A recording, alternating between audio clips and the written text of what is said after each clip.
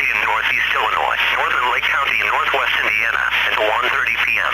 At 12:40 p.m., a severe thunderstorm capable of producing a tornado was located near Manhattan and moving northeast at 60 miles per hour. Hazard, tornado. Source, radar indicated rotation. Impact, mobile homes will be damaged or destroyed. Damage to roofs, windows, and vehicles will occur.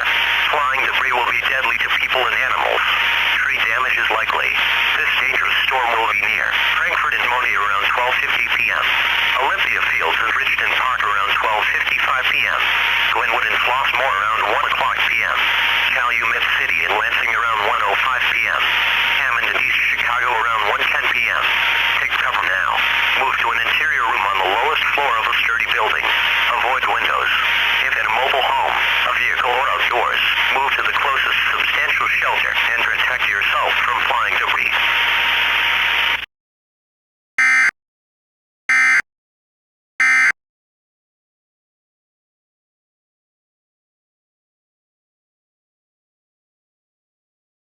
Floor problem. Okay.